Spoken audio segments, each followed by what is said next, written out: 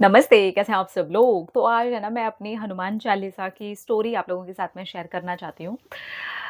ये बहुत साल पहले की बात है, ये अराउंड 2006 की बात है। मेरे शूटिंग का कॉल टाइम था सुबह 6 बजे। तो जहाँ पर हमें जाना था वो था करीब 2 ढाई घंटे दूरी पर, काफ़ी दूर हम लोग जाने वाले थे, तो उसके लिए गाड़ी आने वाली थी आर्टिस्ट्स को लेने के लिए। तो सब लोगों के स्टॉप पर अलग-अलग गाड़ी पहुँचने वाली थी। मैंने उनको बताया कि मुझे यहाँ से आप पिक कर लेना। लेकिन प्रॉब्लम ये हुआ कि उनको जो अंदर आने वाली गली थी ना, वो नहीं समझ में आ रही थी क्योंकि मैं फ़ोन पे बता रही थी। और मैं जब की बात कर रही हूँ जब ऐसा गूगल मैप और इतना ये नहीं था। मतलब ठीक है, इंटरनेट और ये सारी चीज़ें स्टार्ट होने लग गई थी, लेकिन इस लेवल पर नहीं था कि आप इतनी जल्दी-जल्दी ये सारी चीज़ें कर लो। तो मैंने उनको बोला ठीक है कोई बात नहीं, फिर आप बाहर की तरफ ही आ जाओ। लेकिन ऐसे-ऐसे गली है, मैं उनको समझा रही थी क्योंकि मेरा जो घर पड़ता था ना, वो ऐसी जगह पे था कि सोसाइटीज़ के अंदर एक गली और उसके बाहर की तरफ सोसाइटी। मतलब थोड़ा-सा अटपटा था ऐसे ऐसे आएँगे, फिर एल जाएगा, फिर अंदर की तरफ जाएगा, फिर एक गली आएगी, फिर ऐसे, थोड़ा-सा अटपटा था। तो ऐसे समझाने में भी नहीं उन्हें समझ में आ रहा था, तो उन्होंने कहा था, "ये हमें पता है कि यहाँ पर ये फायर ब्रिगेड का ये स्टेशन है, हम वहाँ पर आपको मिलते हैं।" और वो बिल्कुल वहाँ सोसाइटी की उस गली को क्रॉस करने के बाद एक गेट था, वहाँ पर से आगे निकल कर के वो आता था। तो मैंने कहा, "ठीक है, अभी कोई ऑप्शन नहीं है, तो क्या करूँ? मैं आपको समझा रही हूँ कि ऐसे आना है।" ख़ैर छोड़ो, यहाँ तक हो गया कि उनको कुछ समझ में नहीं आया और मैं समझा भी नहीं पाई। ख़ैर वो था ही इतना अटपटा कि मैं यही नहीं समझा पा रही कि कैसे था वो। ठीक है, आप समझ गए इतना अटपटा था। अब इसमें होता क्या है कि सुबह 4 बजे, साढ़े 3 पौने 4 बजे के आस-पास निकल कर के जाना है। अब साढ़े 3 पौने 4 बजे क्या होता है रोड पे?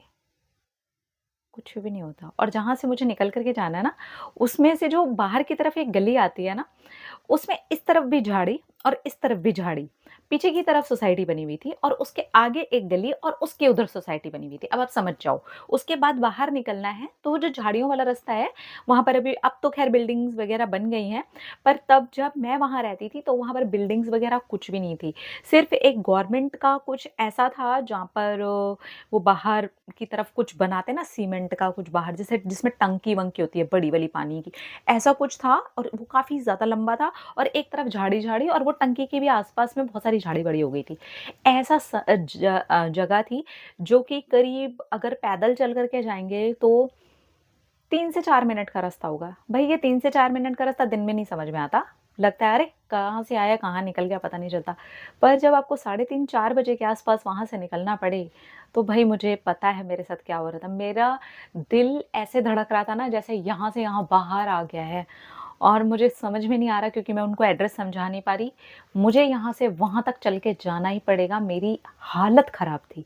मतलब मुझे ऐसा लग रहा था कि मैं काँप रही हूँ, मेरे दिल की धड़कन मुझे लिटरली सुनाई दे रही है और मेरी पूरी बॉडी ऐसे शेक कर रही है। मैं वहाँ से निकल रही थी। अब हुआ क्या जैसे ही मैंने अपनी बिल्डिंग से एक कदम बाहर रखा, मैंने हनुमान चालीसा पढ़ना शुरू कर दिया। जय हनुमान ज्ञान गुण सागर जय कपीस तिहुँ लोक उजागर और कंटिन्यू मतलब कंटिन्यू मैं इतनी तेज़-तेज़ चल रही थी क्योंकि मुझे 3 मिनट तो वो झाड़ी वाला रास्ता है, 3 से 4 मिनट का झाड़ी वाला रास्ता होगा और उसके पीछे के रास्ते से भी मुझे आना था। ख़ैर बिल्डिंग्स वग़ैरह दिख रही हैं, भले ही लोग सोए हुए हैं, भले ही लाइट नहीं जल रही तो इतना डरावना नहीं दिख रहा। पर वो झाड़ी वाला रास्ता दैट दैट दैट इज़ डरावना वाला थिंग समझ रहे हो ना? तो अब क्या हुआ जैसे ही वो झाड़ी वाला रास्ता आया, उसके पहले से ही मैं हनुमान चालीसा बोलती हुई आ रही थी। अब आप यकीन नहीं करोगे, मेरे साथ उस टाइम क्या हुआ, जो लोग इस बात को मानते होंगे या स्पिरिचुअली ऐसे कनेक्टेड होंगे, सिर्फ़ वही मेरी इस बात को समझ पाएँगे कि उस वक़्त मेरे साथ क्या हुआ। जो झाड़ी वाला रास्ता था ना, मतलब मैं बिल्डिंग से निकली, फिर एक और कट आता था, वहाँ से मैं निकली, फिर वो झाड़ी वाला जैसे ही रास्ता शुरू होने वाला था, मेरी हालत धीरे-धीरे करके ख़राब होती जा रही थी। और मेरे हनुमान चालीसा कंटिन्यू मेरी ज़ुबान पर थी और मैं बोले जा रही थी, बोले जा रही थी, बोले जा रही थी। जैसे ही झाड़ी वाले रास्ते पे आई ना मैं, मुझे आज तक ये वाली बात समझ में नहीं आई। मैं भगवान कसम खा के बोल रही हूँ, मुझे आज तक नहीं पता ये हुआ कैसे था मेरे साथ कि वो जो झाड़ी वाला रास्ता है ना, मुझे लगा शायद मैंने एक कदम भी ज़मीन पे रखा ही नहीं है। मैं डायरेक्टली गाड़ी के पास में पहुँची हूँ। पता नहीं वो क्या था? मुझे नहीं मालूम। मेरे को ऐसा लगा कि शायद झाड़ी वाले रास्ते को मैंने पैदल क्रॉस ही नहीं किया है। हालाँकि मैं इतनी डरी हुई थी, मैं काँप रही थी और मुझे लग रहा था वो झाड़ी वाला रास्ता 3 से 4 मिनट का है, मुझे लगने वाला है 4 महीने लगेंगे उसको निकालने में। मैं इतनी डरी हुई थी उस टाइम पे और मुझे समझ में नहीं आ रहा था कि क्या करूँ? और जहाँ पर मैं रहती थी, वो इतनी कोई हाई-फाई सोसाइटीज़ नहीं थी।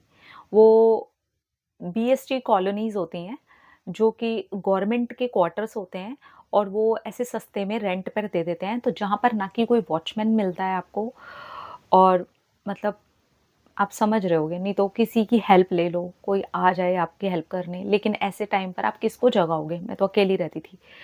अब जैसे जो लोग नागरी निवारा है ना, वैसा ही है बीएसटी कॉलोनी भी। तो मुझे वैसी कॉलोनी में से बाहर निकलना था। जो लोग नागरी निवारा में रहते होंगे, उनको पता होगा कि नागरी निवारा कैसे है। अब तो ख़ैर वॉचमैन्स वग़ैरह होने लग गए हैं, लेकिन वो वैसी ही सोसाइटी है। बीएसटी कॉलोनी बिल्कुल वैसी सोसाइटी थी, जिसमें कोई वॉचमैन कहीं नहीं था। हाँ, अब वो अलग बात है, बट जब मैं रहती थी, वहाँ कोई वॉचमैन नहीं था। पुरानी बिल्डिंग्स होती थी, उसके अंदर हमारा घर होता था। तो ऐसा भी नहीं था कि कोई हेल्प मिल जाएगी। और एड्रेस उन लोगों को मेरा समझ ही नहीं आ रहा था। ख़ैर कहने की ये बात है, वो जो झाड़ी वाला रास्ता था ना, वो झाड़ी वाला रास्ता बिना सड़क पे पैर रखे निकला मेरा, मुझे ऐसा महसूस हुआ। आज तक भी मुझे वो बात जब याद आती है, तो ऐसे ही याद आती है कि मुझे याद नहीं है। हालाँकि मैंने उनको जाके जब मैं गाड़ी में बैठी तो मैंने उनको बताया कि इधर से लो, मैं आपको दिखाना चाहती हूँ कि कौन-सी बिल्डिंग के उधर आना है मुझे लेने के लिए। नेक्स्ट टाइम से मैं इधर नहीं आऊँगी। मैं ऐसे पैदल नहीं आऊँगी और सुबह वाली शिफ्ट में तो मैं बिल्कुल भी नहीं आऊँगी। मैं नहीं आऊँगी। मैंने सीधा उनको बोल दिया था। तो ख़ैर वो आए अंदर, उन्होंने देखा कि कौन-सी गेट पर मुझे लेने के लिए आना है। उसके बाद तो ख़ैर वो प्रॉब्लम सॉल्व हो गई थी। लेकिन उस दिन मेरी हनुमान जी ने मुझे ऐसा खुद फ़ील हुआ जैसे कि रक्षा की थी। उन्होंने उठा के मुझे ऐसे पटक दिया था डायरेक्टली गाड़ी पर। मुझे ऐसे फ़ील हुआ। मुझे उस बात की उतनी सच्चाई नहीं पता कि मेरे साथ क्या हुआ था। पर मुझे आज तक याद नहीं आता। मुझे उस दिन भी याद नहीं आया। मैं गाड़ी में बैठते हुए पूरे रास्ते ही सोचती हुई गई कि ये हुआ क्या था बीच में? वहाँ से वहाँ तक मुझे फ़ील ही नहीं हुआ। जिस चीज़ को मैं सोच रही थी बहुत लंबा कटने वाला है, मैं कब उस गाड़ी पर आ गई मुझे पता नहीं। मुझे सीरियसली नहीं पता, मुझे याद भी नहीं है कि जैसे ही झाड़ी शुरू हुई, उसके बाद वो झाड़ी वाला रास्ता पूरा ख़त्म हुआ। मैं फायर ब्रिगेड के पास में गाड़ी के पास कैसे पहुँची? मैं पहुँच गई थी गाड़ी के पास, वहाँ जाके मैंने बात भी करी है, वहाँ से मेरे को सब कुछ समझ में आ गया। कि उसके बीच वाला रास्ता मुझे आज तक समझ नहीं आया और ये इतना पर्सनल है, इतना दिल से जुड़ा हुआ है मेरे, ये वाली जो बात है। इसलिए मुझे लगा आप लोगों के साथ में इसको शेयर करना चाहिए। तो ख़ैर यहाँ पर बहुत सारे लोग होंगे जो ये बता सकते हैं कि कौन-कौन रहता है नागरी निवारा या बीएसटी कॉलोनीज़, ऐसी कॉलोनीज़ का उन्होंने एक्सपीरियंस किया है। क्योंकि यहाँ पर हमें थोड़ा रेंट पे सस्ते मिल जाते हैं मुंबई में घर। पहले मिल जाते थे यार, अब तो मेरे को सच में पता नहीं है, मेरे को छोड़ के बहुत साल हो गए हैं वो सब कॉलोनीज़ को। लेकिन क्योंकि यहाँ पर थोड़े सस्ते मिल जाते हैं, तो ज़्यादातर जो लोग ऐसे सिंगल रहते हैं या जो लोग ऐसे रहते हैं जो स्ट्रगल करते हैं, पैसे कमाते हैं और थोड़े-थोड़े पैसे बचाने के लिए वो थोड़ा रेंट पैसे घर ले लेते हैं। तो वो वहाँ पर मिल जाते थे। ख़ैर अभी तो मैंने देखा है, मैं एनएनपी भी गई इस बीच में, नागरी निवारा परिषद में भी, और मैं बीएसटी कॉलोनी में भी गई हूँ। वहाँ पर मैंने देखा, हालाँकि बीएसटी तो पूरी टूट कर के बन रही है, पर जो मैंने दूसरी वाली बिल्डिंग्स देखी वहाँ पर मेरे को ये चीज़ देख के अच्छी लगी कि उनको काफ़ी रिपेयर करके अभी वॉचमैन वग़ैरह बिठाए गए हैं। और अब तो ख़ैर इतना अच्छा हो गया है कि आप गूगल मैप से सब भेज दो, आप अब एड्रेस भी बहुत अच्छे से समझा सकते हो, अपनी लोकेशन वग़ैरह सब अच्छे से दे सकते हो। लेकिन भाई उस दिन जो हुआ था वो तो बहुत डिफरेंट था। लेकिन ठीक है, ईश्वर के आशीर्वाद से सारी चीज़ें ठीक हुईं। और मज़े की बात ये है, इतने डर में भी ना मैंने हनुमान जी को नहीं छोड़ा। हनुमान जी ने पहले भी मेरी बहुत मदद की है, जब डिप्रेशन वाला टाइम था या उस पेन में से निकलना था, तब भी मेरी हनुमान जी ने मदद की थी और इस टाइम पर भी मेरी हनुमान जी ने मदद की थी। Thank you so much Hanuman भगवान जी, क्योंकि सीरियसली ये एक बात ऐसी है जो दिल के बहुत करीब है और आप लोगों के साथ में शेयर करना अच्छा लग रहा था। अपना रखिए ख्याल, अपने आप से कीजिए ढेर सारा प्यार, ताकि आप अट्रैक्ट करें ढेर सारा प्यार। I love you all. Tata.